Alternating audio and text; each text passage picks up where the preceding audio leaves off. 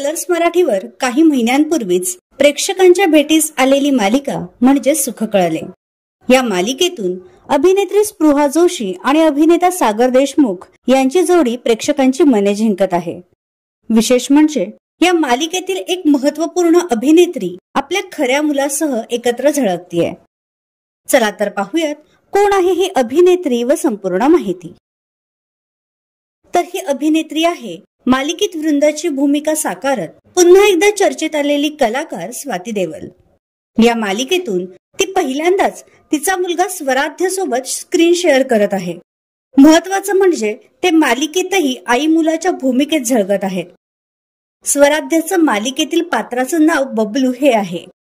ही त्याची पहिलीच मालिका आहे व तो हे पात्र आपल्या अभिनयाने पुरेपूर वठवण्यास यशस्वी ठरलाय.